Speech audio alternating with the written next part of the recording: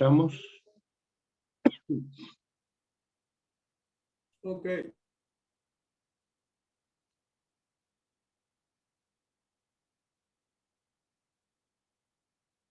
Bien. ¿A dónde está?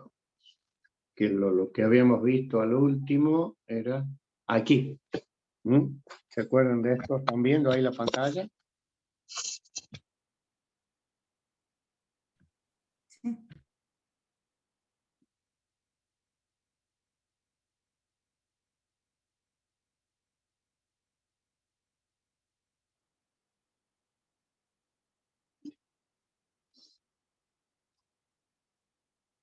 ¿Se está viendo la pantalla ahí? Sí, profe. Sí, sí se ve. Sí, Bueno, nosotros nos habíamos entretenido ayer un ratito con el tema del discriminante, del signo del gradiente, de por qué se transformaba en positivo y este que era acá negativo, ¿recuerdan? Para hacerlo de manera sintética, habíamos dicho que R crece en este sentido y B, que es la velocidad, crece en el sentido opuesto. Entonces, en realidad se manifestaba a partir de eso el signo, es decir, que mientras uno aumenta, uno crece, el otro decrece, entonces el signo menos con el otro menos se hacía positiva. Y habíamos aprovechado para hacer el análisis de la fuerza de corte, esta T, y habíamos proyectado este eje del tubo acá, y habíamos llegado a la conclusión de que las fuerzas de corte eran nulas en el eje y máximas y de dirección contraria en los bordes. ¿Por qué? Porque la velocidad allí era nula. Entonces, ¿qué buscábamos con el planteo de esta ecuación? Como nosotros tenemos un diferencial acá de velocidad y de la variación del radio, hemos planteado el equilibrio de este cilindro coaxial, porque nos estábamos moviendo con un flujo laminar. Entonces, ¿qué vamos a hacer nosotros? Vamos a tratar de separar variables. Una variable es la velocidad y otra variable es el radio. Entonces, el radio lo tenemos en función de la sección del cilindro, en las dos caras, pi por r cuadrado, la cara 1 y la cara 2, digamos, y en la fórmula esta, en donde aparece la tensión, es decir, la fuerza de corte, pero está puesta en función, en este caso, de la tensión, ¿no? O sea, es tau por el área. Por lo tanto, con esta fórmula, ya igualada a 0, lo que hacemos es ordenarla a esta fórmula y hacemos pi por r cuadrado por delta p, o sea que a estos dos términos lo sacamos factor común y bueno, al P1 menos P2 le ponemos como delta P, la diferencia de presiones que hay entre las caras, reitero, que están a la izquierda del cilindro y a la derecha. O sea, sería AC y BD, para los que se está mostrando ahí. Entonces, de este lado nos queda pi por r cuadrado por delta P, y pasando al otro miembro nos queda 2pi por R, L, que es el largo del cilindro, en el cual actúa la fuerza de rozamiento, eta, la viscosidad, y dB sobre dr. Entonces, ahí vemos que podemos seguir trabajando. El pi, podemos, bueno, simplificar el pi con el pi, porque están ambos miembros, ¿qué se nos queda? Y el R con el R cuadrado, ¿no es cierto? Nos queda R por delta P en el primer miembro, igual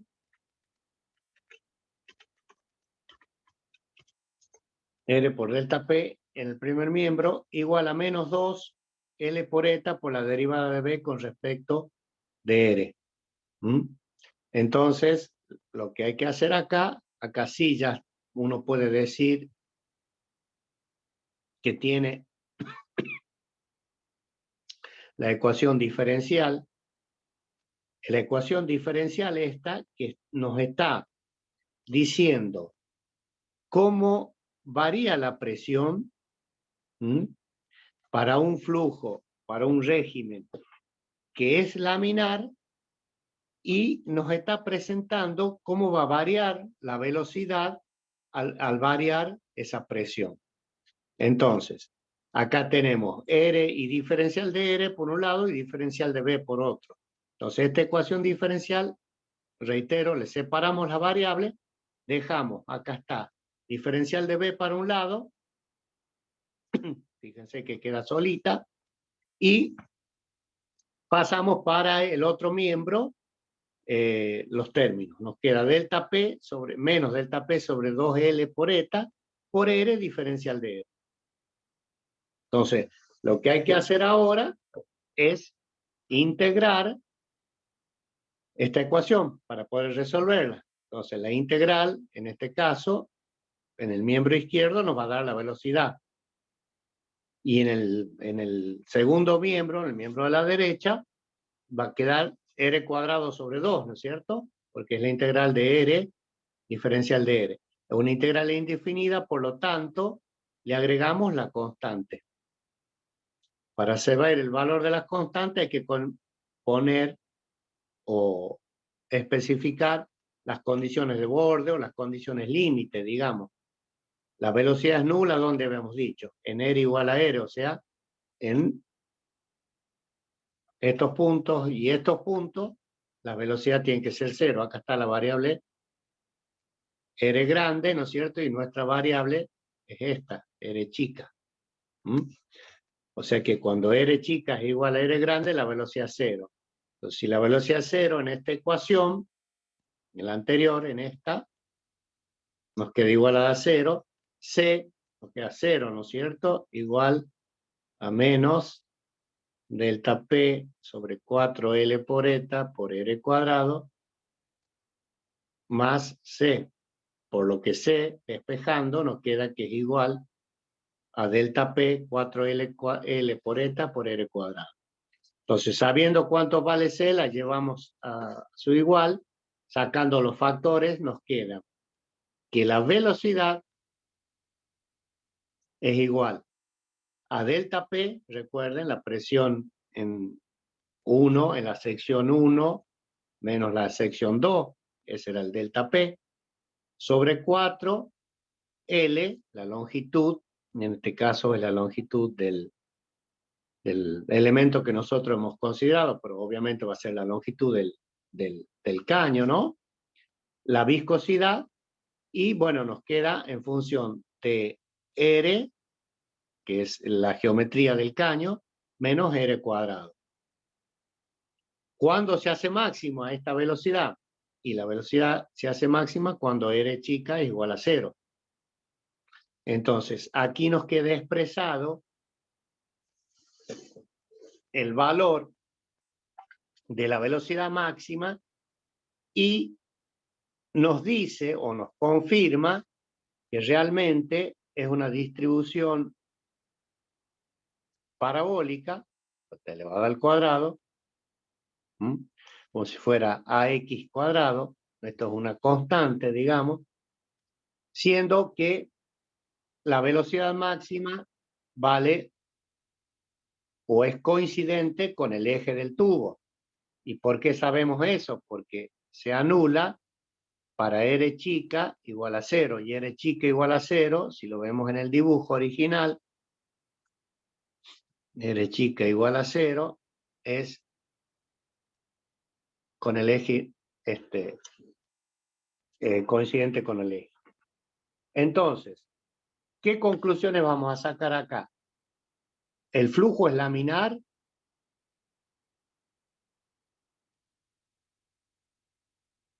Las distribuciones de velocidades son parabólicas, como las que estamos viendo.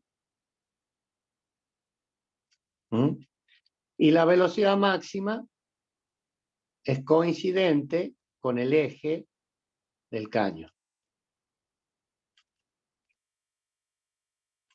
Y recuerden, tiene valores nulos en contacto con las paredes del tubo o de la conducción. Luego va aumentando, siguiendo esta ley, va aumentando para hacerse máxima en el eje del tubo. Obviamente, como nosotros hemos resuelto una ecuación diferencial, estos son los valores de las velocidades para cada valor de R. Si uno le puede dar a esta ecuación, que es la más importante, vamos a borrar acá, si a esa ecuación para cada valor de R, vamos a obtener la velocidad en cada una de las líneas de corriente, la velocidad instantánea. A nosotros, más que la velocidad instantánea, la resolución de esta ecuación, nos interesa trabajar, como lo venimos haciendo hasta el momento, con la velocidad media. Entonces, la velocidad media es la que realmente a nosotros nos interesa, para de esa manera poder trabajarla. ¿Cómo vamos a trabajar eso? ¿Cómo vamos a ver eso? Vamos a partir del hecho de que la velocidad, eso que tienen ustedes allí, la velocidad media, es igual a la velocidad máxima dividido 2. O sea, tomar una velocidad media como un promedio de las velocidades, ¿no? ¿Por qué? Porque lo que nosotros nos vamos a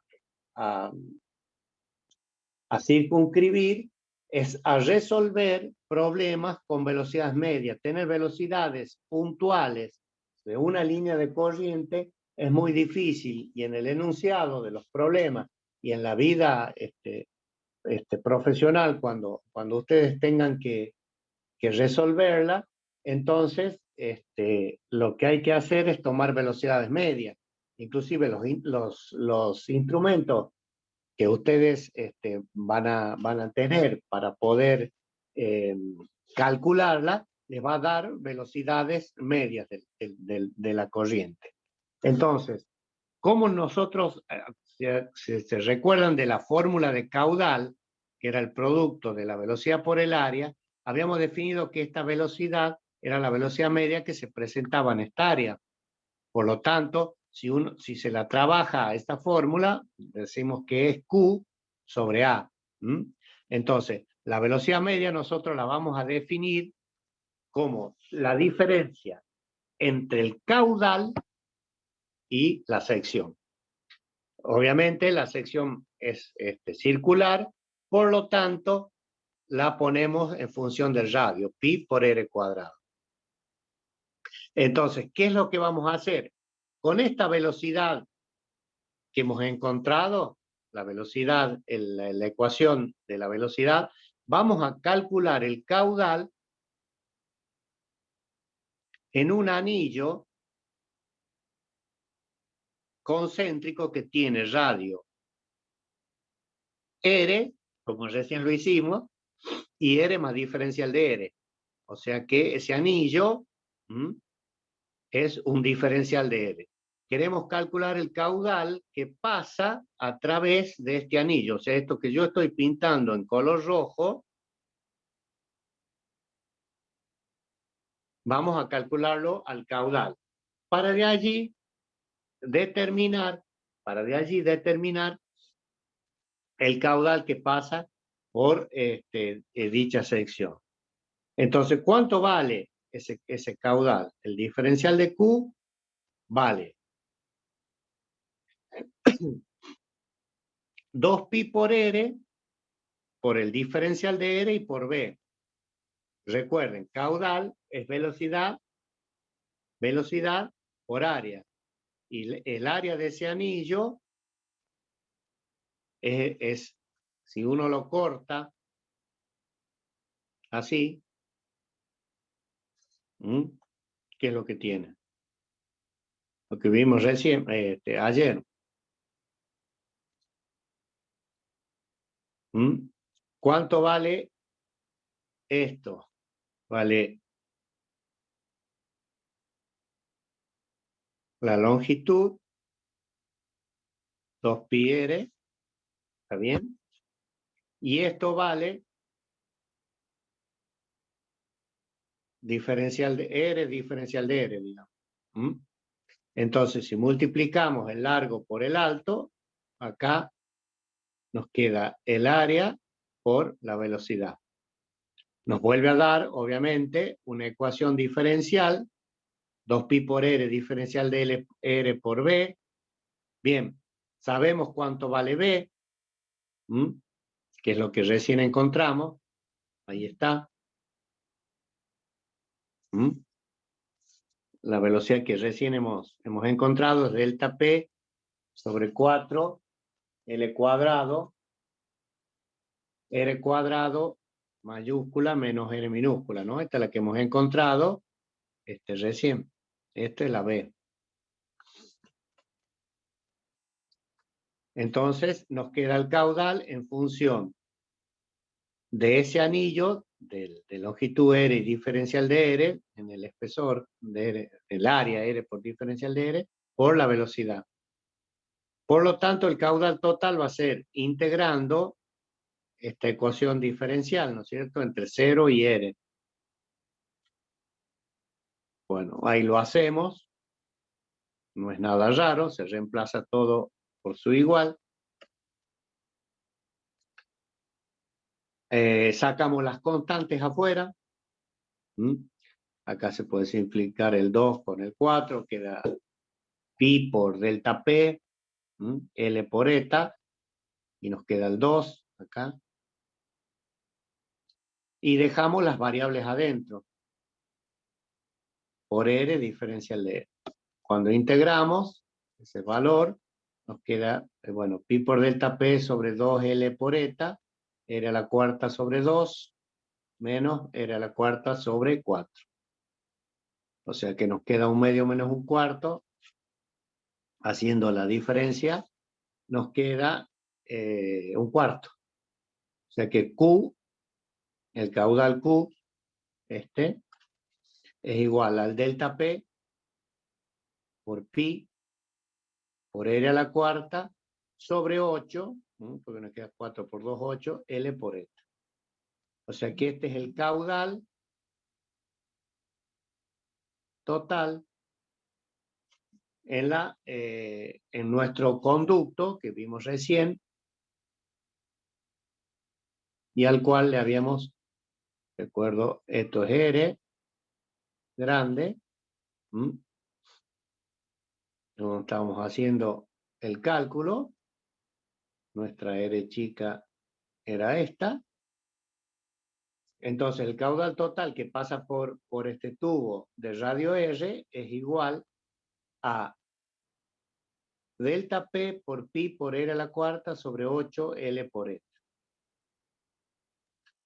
Nosotros sabemos que la velocidad media, por definición, habíamos dicho que era, voy a aplicar la ecuación anterior, que era el caudal dividido pi por R cuadrado. Entonces, si reemplazamos esta fórmula acá, nos queda que la velocidad media es delta P R cuadrado sobre 8 L por eta.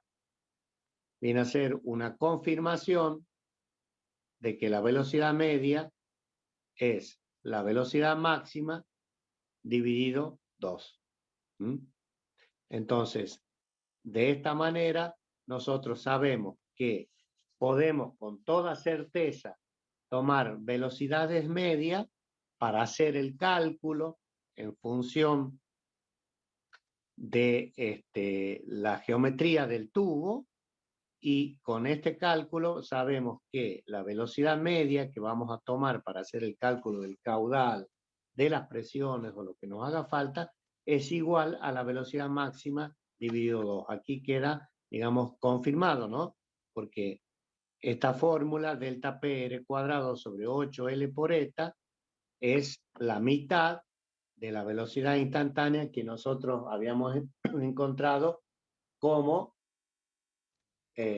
delta P, o sea, B habíamos, perdón, B habíamos puesto que era la velocidad instantánea, ¿no? O la velocidad máxima, habíamos dicho que era, al resolver la ecuación diferencial, delta P 4L por eta por R cuadrado menos R cuadrado. Entonces, la velocidad máxima se producía cuando esto era 0. Fíjense, acá nos está dando sobre 8, por lo tanto, la velocidad media es la velocidad máxima dividido 2. Bien, entonces, tomando este valor de la velocidad y el valor que tenemos del caudal, nos queda que la velocidad es igual a delta P.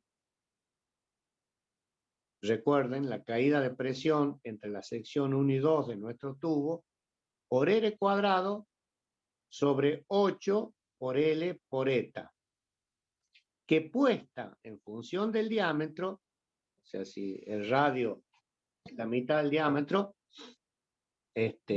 nos va a quedar como delta P V cuadrado 32 L por eta. Y de acá despejamos lo que nosotros tanto buscamos. Y es lo que se conoce con el nombre de ecuación de Poiseuille. Delta P, recuerden, es la caída de presión o pérdida de carga. Este delta P nosotros habíamos dicho que era P sub 1 menos P sub 2 en la hoja anterior. Nos dice que es igual a 32 veces la viscosidad por la longitud del tubo por la velocidad media y dividido el diámetro, obviamente, del tubo al cuadrado. Entonces, esta ecuación la vamos a emplear muchísimo y tienen que tener en cuenta esto que yo les he colocado acá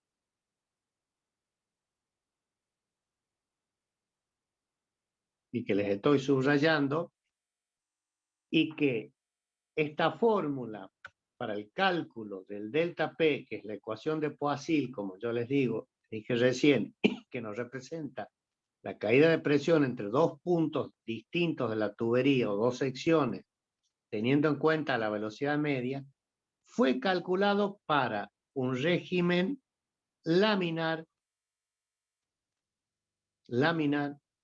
y vemos que en ningún lado el lambda, o sea, la caída de presión, aparece la rugosidad de la tubería.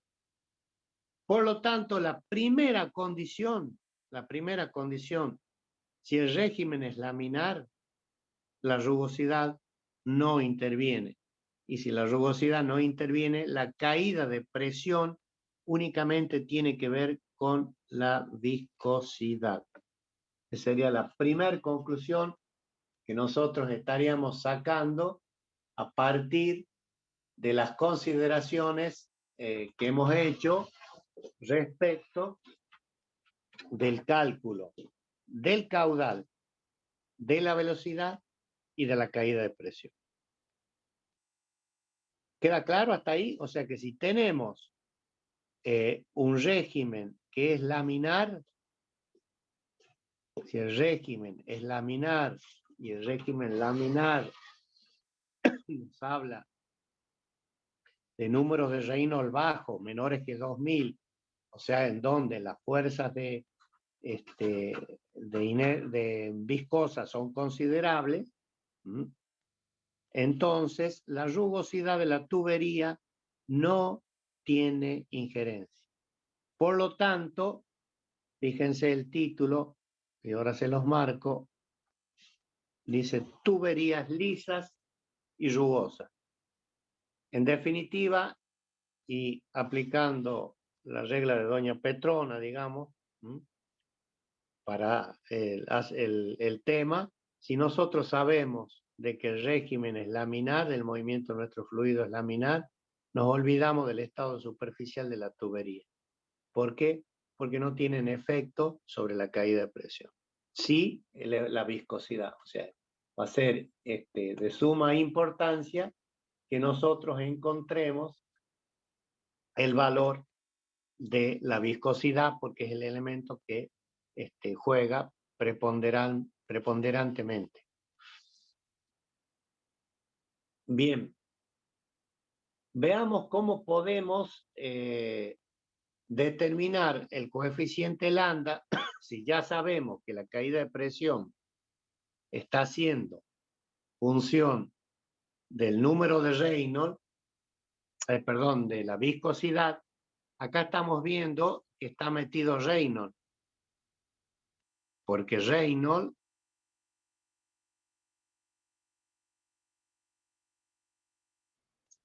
recuerden, era el cociente de las fuerzas de inercia sobre las fuerzas viscosas. O bien podemos poner así que Reynolds es igual a V por D sobre mu, sobre eta, la viscosidad cinemática. Entonces, la viscosidad sobre las fuerzas de inercia, o fuerzas de inercia sobre fuerzas viscosas. Bueno, veamos ahora qué injerencia tenemos entre lambda y Reynolds. ¿Estamos ahí? Nada complicado, sí, ¿no es cierto?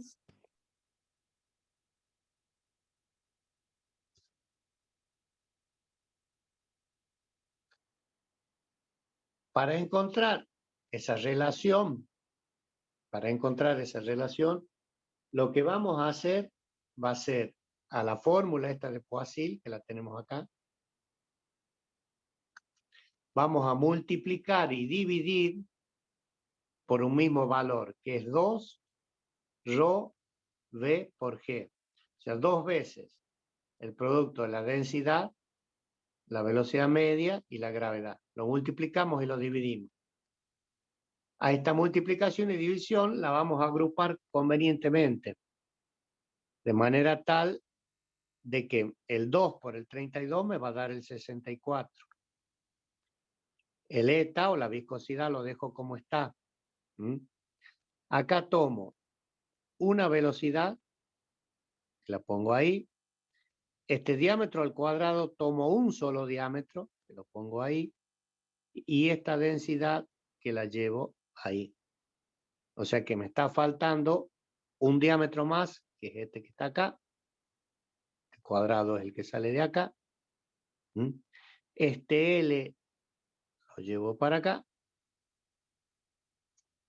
Y de ahí me queda este B y este B que me conforman el B cuadrado. Y acá me está quedando el 2 y la G. El 2 y la G. Y arriba me está quedando, fíjense, ρ por G, que es este. ρ por G. Entonces, así como está agrupado el término, si este ρ por G lo pasamos para el otro miembro, me queda H sub RP, porque delta P sobre ρ por G es lo mismo, es la caída de presión que existe primaria, porque estamos tomando la ecuación de Poiseuille en donde el tubo era recto, ¿está bien? Y decimos, vamos a borrar un poquito, que la pérdida de carga primaria, nada más que expresada en metros, es 64. Este número, ρ/BD, es la inversa del número de Reynolds. Lo pasamos abajo me queda L sobre D y B cuadrado sobre 2. O sea, me está quedando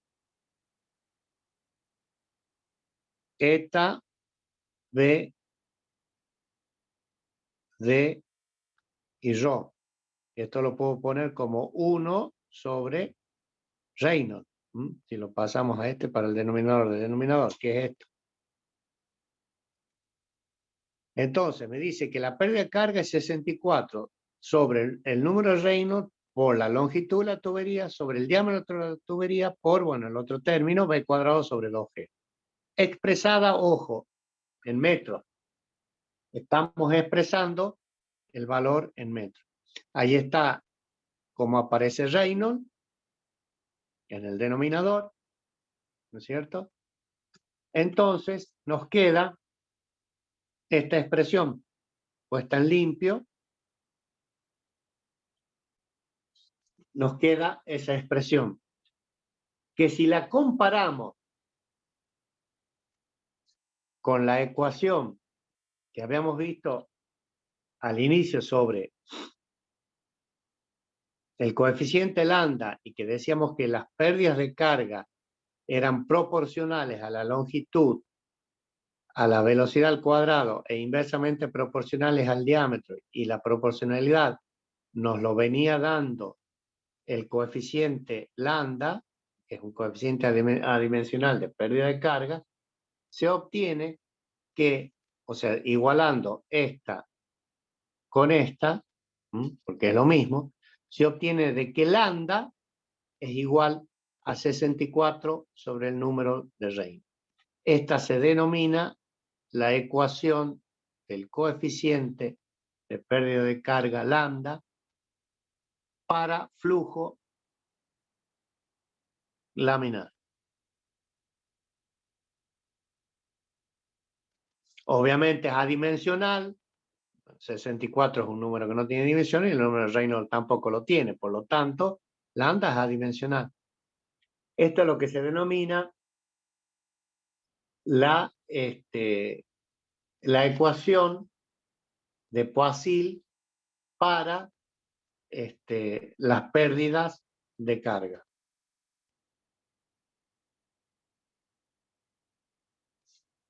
Las pérdidas de carga en la ecuación de Poiseuille, porque esta es igual a esta, es decir, lambda igual a 64 sobre el número de Reynolds, también se obtiene que delta P es igual a 32 eta L por B sobre D cuadrado. El delta P, como hemos dicho, es la pérdida de carga. Nos está diciendo que es proporcional a la primera velocidad. O sea, la velocidad está elevado a la 1. Tanto para tuberías lisas como para tuberías rugosas. O sea, tanto para uno como para otro, las pérdidas de carga son proporcionales a la primera potencia de la velocidad. Y esto nos lleva a que si el régimen es laminar, la teoría nos está diciendo y la experiencia lo corrobora, o sea, con estos valores se pueden hacer que los cálculos de que esta expresión de delta P y el cálculo de lambda para estos valores de delta P es siempre válida cuando el régimen sea laminar. O sea, eso está corroborado por la teoría y por la experiencia. ¿Y cuándo va a ser eso? Cuando el Reynolds es menor que 2000. O sea, si el Reynolds es menor que 2000, aplicar la ecuación de Poiseuille, delta P, o calcular el lambda en función de 64 dividido el número de Reynolds es absolutamente válido. Es absolutamente válido. Y si el Reynolds es mayor que 2000, hay que corroborar de que en un gráfico, en una tabla, como vamos a ver en un rato, en el diagrama de Moody, el régimen, si el régimen sigue siendo laminar, es válida aplicar. Pero a nosotros nos tiene que quedar en claro que si el régimen es laminar, la aplicación directa de la ecuación de Poiseuille para calcular la pérdida de carga o para calcular el coeficiente de pérdida de carga lambda. Teniendo estos valores, se pueden calcular la pérdida de carga primaria en ese conducto. O sea, no hemos independizado de la superficie, de cómo está terminada el interior del conducto y nos abocamos pura y exclusivamente al estudio del número de Reynolds y de las fuerzas viscosas. Esto en el diagrama de Moody, que vamos a ver más adelante, lo van a confirmar. Bien, ¿qué es lo que pasa si ahora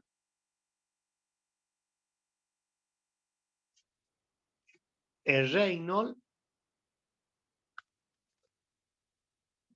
sobrepasa este valor? O sea, Reynolds es mayor a 100.000, o sea que estamos en un régimen turbulento. Aparece una fórmula que se llama de Karman-Plan. Esta fórmula, que es esta que está puesta acá, como yo les había explicado ayer, son estudios teóricos y deducciones empíricas en que nos llevan a determinar el valor del coeficiente lambda. Fíjense, aparece acá 1 sobre raíz de lambda, y aquí por el logaritmo en base 10 del número de Reynolds por la raíz de lambda menos 0,8. Acá aparece lambda para el cálculo de este valor lambda, como por la forma que tiene la fórmula de Karman-Plan.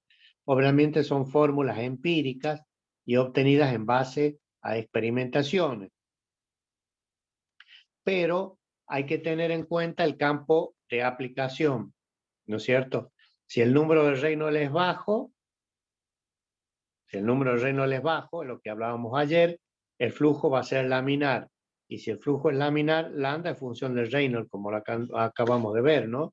El flujo es laminar, lambda es igual a 64 sobre el número de Reynolds, que es la fórmula que obtuvimos a partir de la fórmula de Poiseuille. Si el número de Reynolds es demasiado elevado, lambda ya deja de ser función de Reynolds y entra a funcionar K sobre D. Este va a ser lo que vamos a ver, porque a esta fórmula la vamos a llevar y volcar en un gráfico, y vamos a ver que para números elevados de Reynolds, ya lambda deja de ser función de Reynolds y pasa a ser función de la rugosidad de la tubería. Y hay una parte, una sección intermedia, en donde si el número de Reynolds está comprendido entre determinados valores, lambda, el coeficiente lambda, pasa a ser función, el número lambda pasa a ser función de Reynolds y de K sobre D. Es decir, pasa a ser función de la rugosidad relativa y del número de Reynolds. Entonces, entre ambas cosas, nos vamos a manejar, como les digo, con el diagrama de Moody. Si el número es bajo, reitero, vamos a trabajar con la ecuación de Poiseuille.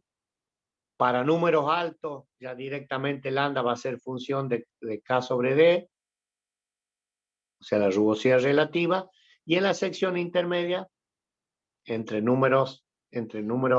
flujos laminares y turbulentos, el lambda es función de las dos variables de Reynolds y de K sobre D, que es lo que se nos van a presentar en la mayoría de los problemas. Entonces, esta fórmula, la de Karman-Plan, la vamos a volcar más la fórmula de Poiseuille, ya tenemos dos, a lo que vamos a conocer o vamos a determinar el diagrama de Moody.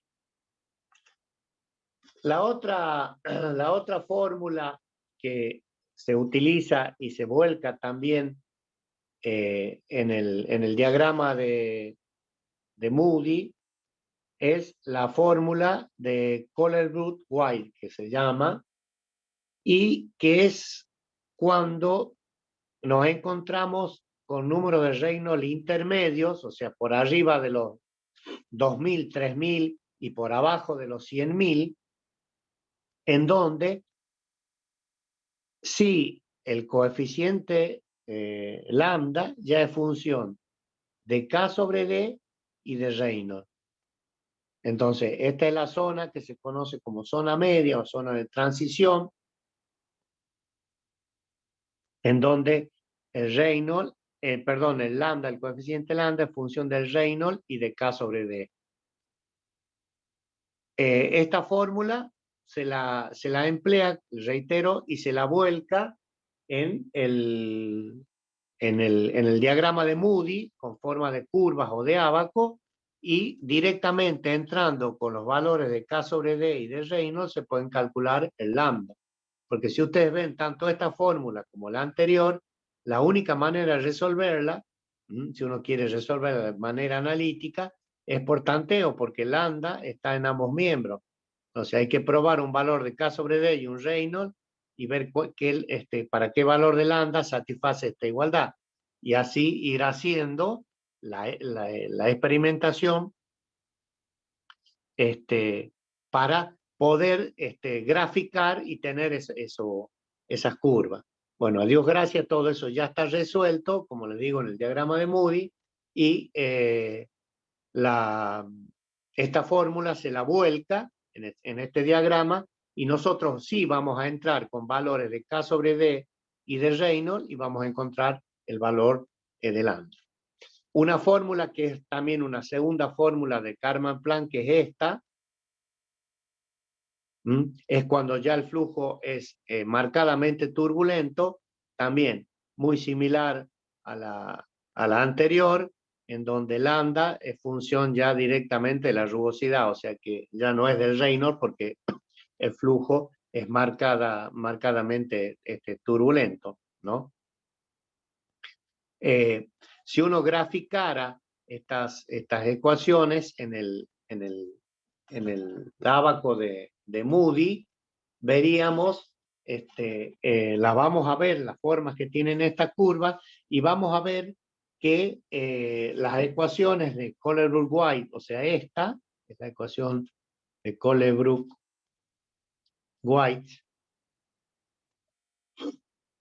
es asintótica a la primera ecuación de Karman-Plan, la que vimos recién. Entonces, ahí se ve que lambda es función del Reynolds en la primera parte, y en la segunda parte, en la segunda ecuación, de que lambda es función del Reynolds y de K sobre D. Para concluir, y ya con esto terminar, nos quedaría el análisis de volcar todas estas fórmulas, hacer un pequeño resumen y volcar todas estas fórmulas en el diagrama, que es lo que realmente vamos a utilizar. Profe, ¿podría volver a la... ¿Sí? ¿Podría volver una página, por favor? Sí, Ahí esa ecuación, sí. ¿es D sobre K o K sobre D? D sobre K. A ver, borramos acá. Ya, de todo modo, no se preocupen, porque yo les he hecho un cuadro. Yo les he hecho un Bien. cuadro. Ya se los muestro. Este sería el resumen que a mí me gustaría que nos quedáramos como desarrollo, digamos. La pérdida de carga, si estamos con números elevados de Reynolds, por lo que vimos en el gráfico, tiene que ver con el cuadrado de la velocidad. Si el régimen es laminar, y bueno, no, la pérdida de carga ya es proporcional a la primera potencia de la velocidad. Y si estamos con Reynolds en la zona intermedia, bueno, la velocidad va a jugar un papel entre 1 y 2. Eso sería analizando todas estas fórmulas en donde el número de Reynolds nos va a estar dando el valor realmente de nuestro régimen. Este es el cuadro sintético que yo les digo, y si quieren copiarlo, para que les quede o les queda directamente en la grabación, ¿no es cierto? Si la tubería es lisa o rugosa y el régimen es laminar, vimos que la ecuación de Poiseuille era esa. La tubería es lisa, tenemos un régimen, un Reynolds menor que 100.000, se emplea esa fórmula que se conoce con el nombre de la fórmula de Blasius, son todas empíricas, reitero, la que le encontramos el valor nosotros es esta, con un desarrollo matemático, la de Blasius es empírica. Si la tubería es lisa, el régimen es turbulento, fíjense, tienen puesto un número 1, puesto que hay que ver bien si la corriente es laminar o turbulento, hay una zona en que puede ser mixto. Esto nos lo va a decir el diagrama de Moody, ¿no es cierto? Pero la que más se utiliza es esta, la primera ecuación de Karman-Plan. Si la tubería es rugosa, en la zona de transición, un régimen turbulento, digamos, es esta, que es la que vimos recién, la de Collerud-White. Y para tuberías rugosas, en la zona final, la segunda ecuación, en donde ya el lambda no es función del Reynolds, sino del K sobre D. Y acá aparece lo que me preguntaba recién Oropel, creo, que es D sobre K. Entonces acá tienen el valor para calcular el coeficiente lambda para tuberías, digamos, de origen comercial, el nombre de quienes las crearon a la fórmula y cuánto es el valor, digamos, para poder calcularlo a este valor de, reitero, que la incógnita nuestra siempre, sea el régimen laminar o turbulento, es lambda, es el coeficiente de pérdida de carga.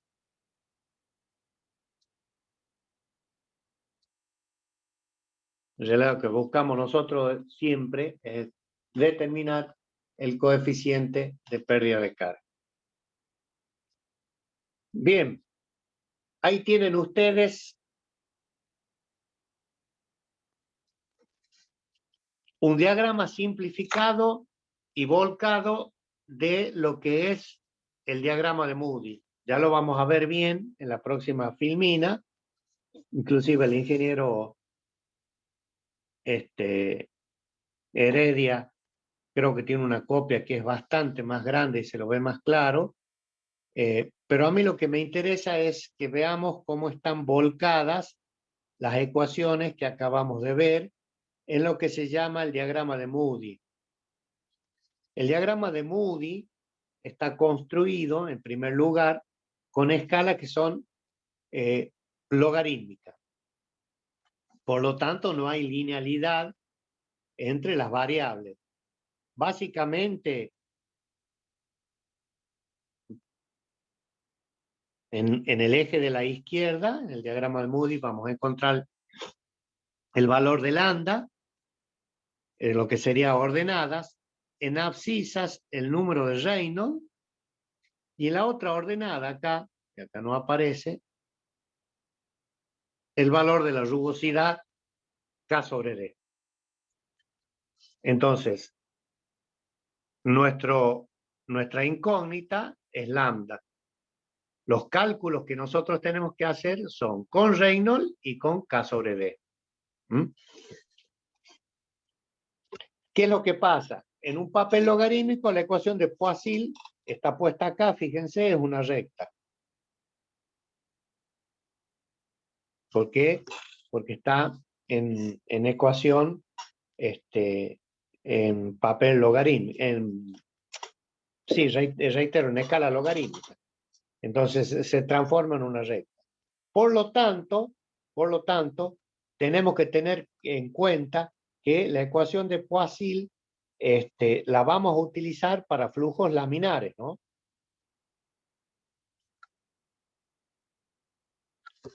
Luego de la ecuación de Poiseuille hay una zona que le llaman de transición. De la misma manera que no se pasa del día a la noche con un sí y un no, o con un on y un off, también no se pasa de laminar a turbulento de una manera abriendo y cerrando una puerta, sino que hay una zona de transición en donde puede persistir flujo laminar y no ser turbulento. En esta zona de transición, lo que nos va a determinar la calidad del flujo es el número de Reynolds. Entonces, si sigue siendo laminar, se puede aplicar, aunque no esté ahí, la ecuación de Poiseuille para su cálculo. Eso no hay ningún problema. La ecuación de Kohler-Rudway, en donde esta es la zona intermedia, y respondiendo un poco a lo que ayer nos preguntaba Oropel, el lambda sí es función del Reynolds y de K sobre D, y lo estamos viendo porque si acá tenés Reynolds y acá en este eje y en este está K sobre D, vemos que hay en esta primera parte, digamos desde acá para acá, tenemos pendientes en estas curvas, por lo tanto a diferentes números de Reynolds podrán ir variando los valores de lambda. Posteriormente, cuando el régimen ya es marcadamente turbulento, o sea, desde esa línea aproximada hacia la derecha, ya se ve que directamente, para valores superiores de Reynolds, ya directamente el lambda depende de la rugosidad K sobre D. Entonces, lo que estamos considerando nosotros acá es que la ecuación de Kohler-Rudway se aplica en la zona en donde los valores del coeficiente de pérdida de carga lambda es función del Reynolds y del K sobre D. O sea, en definitiva, son dos variables. Y nosotros tenemos una familia de curvas. Podemos ver esta curva, esta, todas representan la misma. Pero ¿qué ha variado? Ha variado el K sobre D. O sea, una para cada valor de K sobre D, ¿no? Porque ahí sí sabemos, ponemos en evidencia, de que lambda está siendo función del número de Reynolds y de K sobre D. Entonces, para cada valor de K sobre D, se tiene una curva. O sea que hay una familia de curvas de la ecuación de Kohler-Rudway. ¿Qué es lo que pasa? Estas ecuaciones, o la de Kohler-Rudway, son asintóticas. Las vamos a ver bien en el gráfico. O sea que son asíntotas, estas curvas son asintóticas a la ecuación de Blasius y a la ecuación de Karman-Plan. Estas ecuaciones, que son así asintóticas, se hacen de esa manera a medida que el número de Reynolds va creciendo. O sea, a medida que nos vamos desplazando hacia la derecha, el número de Reynolds crece, estas ecuaciones las van a ver, son asíntotas a esta línea que es la ecuación de Blasius y la ecuación de Karman-Plan. Lo bueno que tiene que este sistema, al tener las variables ser el Reynolds y el K sobre D y obviamente el lambda adimensionales, no se requiere ningún tipo de unidades. O sea, no es necesario entrar ni con metros, ni pasar ni metros a milímetros, ni de milímetros a centímetros, que sí puede ser lo que ocurra, ocurra en tablas y ábacos que están hechos para, como les dije ayer, ciertos y determinados productos en donde el fabricante supone que su rugosidad, por ejemplo, es constante. Hizo el cálculo de la pérdida de carga para un diámetro de una tubería de, no sé, de 50 milímetros. Y es necesario entrar con el diámetro de la tubería en milímetros. puesto que si entramos con centímetros nos va a dar otro valor, no lo vamos a encontrar, va a ser un valor erróneo. En este caso, al ser variables Reynolds y rugosidad relativa adimensionales, no es necesario tener un sistema de unidades. Y los valores de K, que normalmente no se conocen, K como rugosidad, ¿no? Que le decíamos que la medíamos en milímetros, eso sí hay que extraerlo de tabla. Entonces, en una de esas, nosotros sí tenemos que buscar el valor de K y, conociendo el diámetro, tener el valor de la rugosidad relativa. Reitero, ¿por qué? Tanto Reynolds como K sobre D son adimensionales. Es decir, no vayamos a entrar con el valor, cuando resolvamos los problemas, de K en milímetros, porque nos va a dar error. Sino que tenemos que entrar con la relación de K y D. Valor adimensional. Bien. Entonces, esos valores K sí se pueden extraer de tabla, en donde nos digan, estén de acuerdo a lo que nos enuncia el problema. Y bueno, acá está el famoso diagrama de Moody. Esto, como les dije recién, el ingeniero Heredia tiene una copia bastante más grande, porque si ustedes ven las escalas acá al ser logarítmica, hay poca variación entre uno y otro, y por allí, no sé, si trabajamos en esta zona,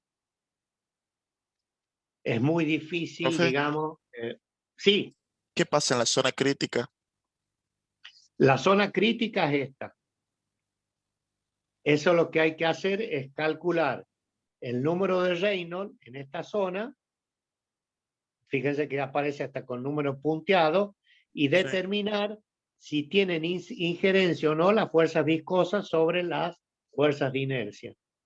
Si el flujo se sigue considerando laminar, se puede aplicar la ecuación de Poiseuille. Y si no, directamente ya tenemos que ir A la zona de a las transición. de Kohler-Uruguay, en donde el lambda es función del Reynolds y de K sobre D. Sí. Bien, entonces, ¿qué vamos a hacer nosotros? Vamos a calcular el Reynolds por acá y con la rugosidad relativa por acá. Son líneas generales. Entramos con los dos puntos y se lee acá el valor del coeficiente lambda. Acá queda de manifiesto, déjenme que le voy a borrar un poquito, a ver.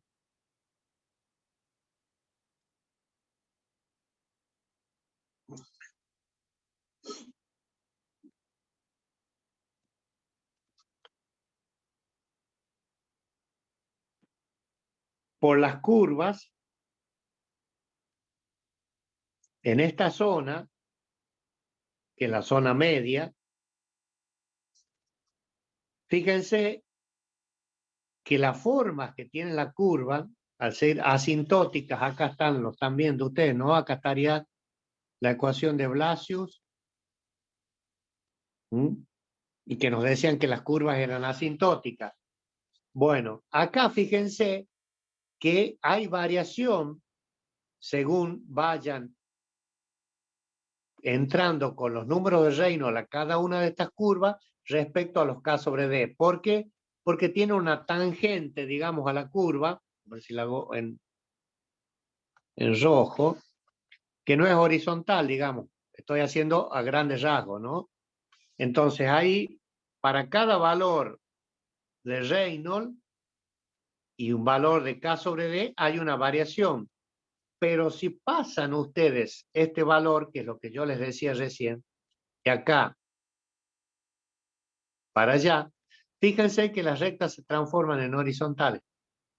Las curvas, perdón, de la ecuación de Kohler-Uruguay se transforman en horizontales. O sea que en estos valores, acá, el lambda ya es función del K sobre D, porque son horizontales. para cualquier valor de Reynolds que tomemos acá, el K sobre D va a ser el mismo. ¿Me siguen? Sí, profe. Entonces, con los flujos marcadamente turbulentos que están para este lado, el lambda ya es una función únicamente de K sobre D.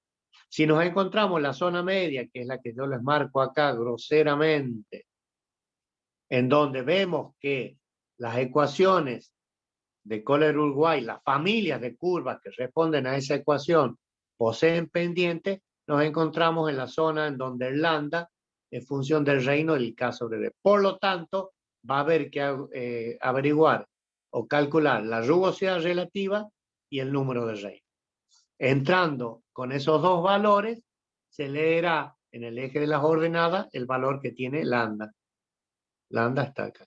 No quiero entrar mucho en detalle del manejo del gráfico, porque eso lo van a ver se van a cansar de hacer este práctico. Es bastante interesante y tiene muchos problemas, porque queremos que lo aprendan bien, así como ha sido la ecuación de Bernoulli. Acá hay muchos problemas para hacer, y van a trabajar mucho con el diagrama de Moody para que tengan destreza en cuanto a eso. Entonces, el manejo del diagrama más forma parte de la actividad práctica que de la teórica, por lo que se lo dejaría en manos del ingeniero Heredia para que trabaje. Lo importante, reitero, es que sepan ustedes qué tipo de flujo tienen, y acá en el diagrama de Moody hemos visto las ecuaciones, las de Poiseuille, las de Kohler-Uruguay, la de Blasius y las de Karman-Plan. Entonces, todo eso volcado acá en este diagrama nos permite calcular el valor del coeficiente lambda en función de el régimen, sea laminar, sea turbulenta, o estemos en la zona media, en donde el lambda va a ser función del Reynolds y del K sobre D. ¿Les ha quedado claro?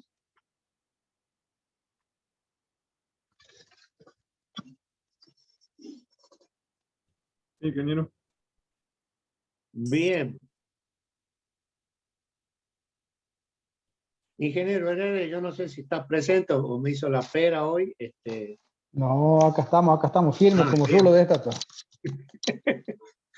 Perfecto. Bueno, estaría terminado, digamos, hoy terminamos justo, son las 19, el teórico, por lo que nos quedaría empezar a hacer el práctico, y bueno, ya nos engancha justo las vacaciones, o sea, estaríamos justos para hacer pérdidas primarias teórico y práctico. Sí, respecto de eso, si me permitís, hay, bueno, dos cositas. Una, ahí ni bien termina la clase, le estoy mandando un archivo, un Word, digamos, por el grupo, con el diagrama de Moody, que mencionaba el ingeniero Simone. Un poco con la idea de que ustedes puedan abrir el archivo y tenerlo disponible, mejor si es en papel, más allá de que lo puedan llegar a tener directamente en la compu, en la pantalla de la compu, en la pantalla del teléfono. Sería interesante poder disponer de al menos una, digamos, una versión impresa en papel, para poder trabajar correctamente respecto al desarrollo de los trabajos, de los ejercicios que tenemos previsto en el trabajo práctico de pérdidas primarias. Esa como primera tarea que tendrían a partir de la clase de hoy. Y en segundo término, en vista de lo que mencionaba, de que bueno, ya la semana que viene es la última semana del cuatrimestre, y pensando además que el día lunes también es un día menos de clase por el feriado que está previsto dentro del calendario académico, la propuesta que les quería llevar adelante es la siguiente. Usaríamos la clase del martes en el horario normal que tendríamos, y ver la posibilidad, porque no vamos a completar en esa clase lo que es el desarrollo del trabajo práctico, ver de acordar algún día, ¿no es cierto?, extra antes de que nos vamos de vacaciones, cosa de que podamos llegar a completar el trabajo práctico de pérdidas primarias. Entonces eso vayan pensando. El día martes tenemos clase normal y me dicen qué día nos podemos reunir un rato, 1 hora y media, según lo que avancemos el martes, hora y media para poder completar el práctico, porque sería interesante de nuevo que salgamos de vacaciones con el práctico ya resuelto y bueno, y afianzado los conocimientos respecto de esto que acaban de ver con el ingeniero, ¿sí? Eso es lo que tenía para aportar ahora al final de la clase. Ingeniero, Sí, con el tema de la clase que falta, ¿no puede ser el mismo lunes, a la misma horario? No sé, esa es una opción. si están todos de acuerdo, me avisan y en principio no habría problema, pero bueno, tienen que estar todos de Yo acuerdo, no tengo ¿sí? problema, ¿eh? Ujú. Tenía un, a ver, espérate que me deja. Tenía un pasaje